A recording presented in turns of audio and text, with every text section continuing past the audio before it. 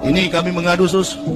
Ini Yahya Waloni setiap kali ceramah singgung-singgung akidah kami, tolong dihukum dia. Dia kan Tuhan, kata Kristen. Ya, pertanyaan pertama, silakan. Shalom, selamat pagi. Saya mohon Shalom. pencerahan. Siap. Ini tentang kematian Yahya Waloni. Tentang kematian Yahya Waloni, bagaimana? Jadi beberapa waktu yang lalu tentang kematian Yahya Waloni, dan kemudian di media sosial rame ada YouTuber dan apologet Kristen yang membahas tentang kematian Yahya Waloni. Iya. Lalu di media sosial juga ada satu pandangan bahwa kenapa apologet dan juga YouTuber Kristen ini orang mati seolah-olah terus dibahas-bahas. Ya. Kelihatannya mereka kurang kerjaan mungkin, sehingga orang yang sudah mati ini terus dibahas-bahas, dan kebanyakan yang membahas itu adalah orang Protestan. Oke. Padahal Yahya Waloni sendiri adalah mantan orang Protestan. Betul. Mohon Yahya pencerahan, mantan Protestan. Bapak. Oh, siap. Betul ya, jadi memang sejak Yahya Waloni mati,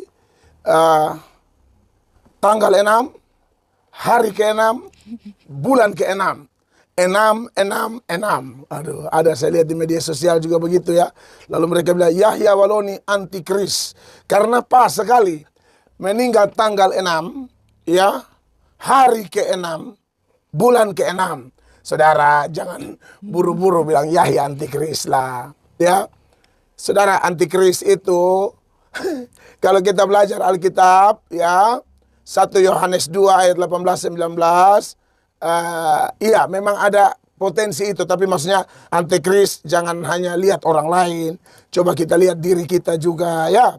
Kadang-kadang kalau kita tidak sungguh-sungguh menurut ayat itu, kita juga antikris, dalam artian bukan antikris yang pemimpin tunggal antikris, tapi pengikut-pengikut antikris, yaitu orang-orang yang tidak sungguh-sungguh dengan Tuhan. Dan kalau tidak sungguh-sungguh, wah itu bahaya ya.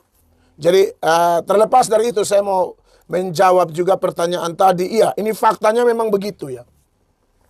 Bahwa ketika Yahya meninggal, waduh, semua TikTok, YouTube, apalagi saya juga terlibat di dalamnya. Jadi memang kritikan ini ada kelihatannya di YouTube atau TikTok, sehingga menjadi pertanyaan bagi kita pada saat ini. Iya, saya juga yang membahas, bahkan ada video saya dengan Yahya itu sudah mau tembus 1 juta di TikTok. 2 video, ada yang 800.000 sekian, ada yang 900.000 sekian, ada lagi yang di YouTube juga ratusan ribu orang nonton.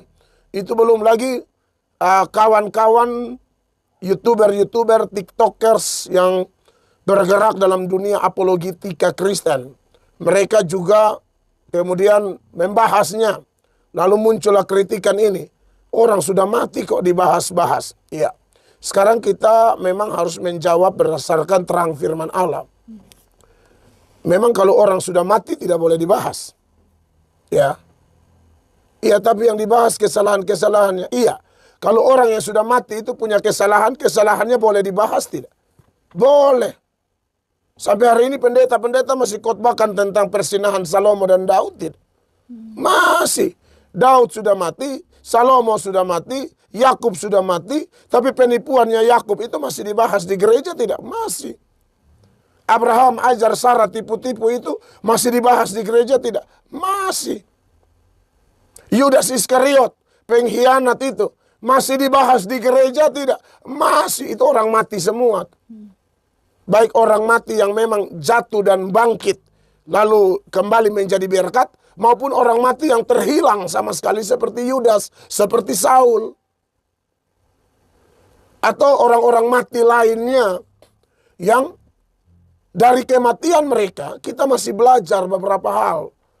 Yang menjadi salah adalah kita seolah-olah seperti tidak punya hati kemanusiaan. Ya. Lalu kita membahas kematian orang sebagai sesuatu yang buruk, di mana motivasi hati kita bertentangan dengan firman Allah, tidak ada kepentingan Injil di dalam, yaitu tidak dibenarkan, harus bertobat. Tapi kalau ternyata dengan momen kematian orang-orang ini bisa Injil diberitakan dan orang bisa di warning supaya hati-hati loh, jangan jatuh di lubang yang sama, hati-hati, jangan panggil arwah seperti Saul, ya, jangan berubah setia seperti Saul, nanti meninggal. Karena Saul kan mati gara-gara itu. Saya sering kasih tahu ini ayat-ayat ini contoh saja supaya kita jangan kemudian ya berkomentar dengan nada menghakimi para YouTuber, para TikToker seolah-olah mereka tidak ada kerjaan. Belum tentu. Jangan sampai melalui mereka ini justru banyak orang diberkati. Kan begitu. Saya coba lihat dulu ayat-ayatnya. Di dalam 1 Tawarik 10 ayat 13. Demikianlah Saul mati. Ini tentang orang mati. Saul mati karena perbuatannya yang tidak setia terhadap Tuhan. Oleh karena ia tidak berpegang pada firman Tuhan. Dan juga karena ia telah meminta petunjuk dari arwah. Dan tidak meminta petunjuk dari Tuhan. Sebab itu Tuhan membunuh dia dan menyerahkan jabatan raja itu kepada Daud bin Isai. Ya, itu 1 Tawarik 10 ayat 13-14. Masih tidak ini dikhotbahkan. Loh, sekarang aja saya lagi khotbahkan. Jadi kalau omong kematian orang lalu kemudian kita bahas, ya masih bisa dong. Ya. Tapi percayalah, karena kematian seperti Yahya Waloni itu kan bukan firman. Jadi pasti akan berhenti dibahas. Tapi yang kematian seperti Saul lalu Yudas itu kan memang mati-mati sebagai orang-orang yang melawan firman kan. Nah itu karena di firman jadi dibahas terus. Hanya bedanya kalau seperti Yahya atau pembenci Kristen lainnya, ya paling top tuh 1 bulan itu sudah tidak orang bahas lagi. Ya, tidak ada nanti sampai tahun depan juga tiap bulan kita memperingati kematian Yahya. Itu tidak ada. Jadi memang secara dunia media sosial ya dia paling top begitu sudah.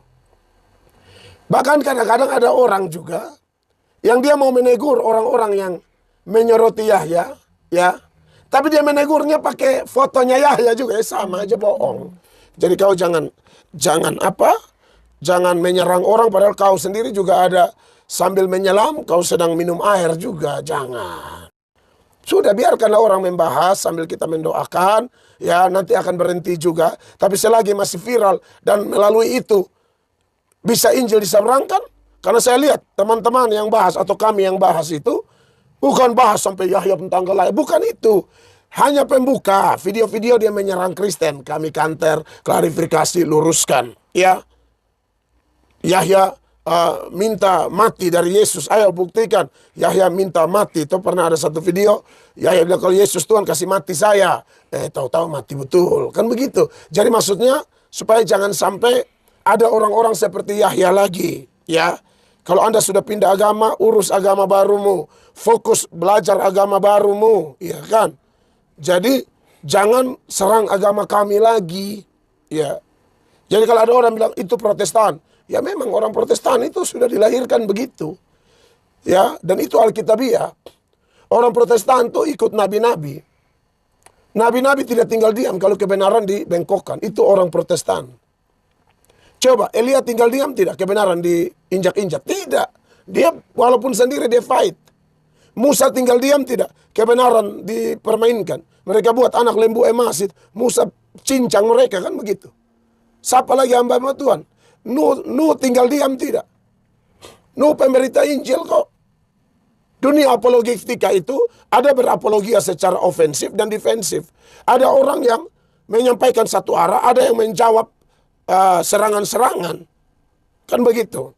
Siapa lagi? Yohanes Pembaptis. Itu apologet itu. Siapa lagi? Petrus, Paulus, apologet semua. Dan apologet agung kita siapa? Yesus Kristus. Emang waktu setan dalam Matius 4, Lukas 4 kutip ayat secara sembarangan, Yesus biarkan? Tidak. Yesus luruskan di sana. Dan sejumlah khotbah-khotbah keras dari Tuhan Yesus, baca aja Matius 23. Dan sejumlah nada adalah Yesus bilang munafik, ya kuburan berlabur putih, turunan ular beludak. Begitu.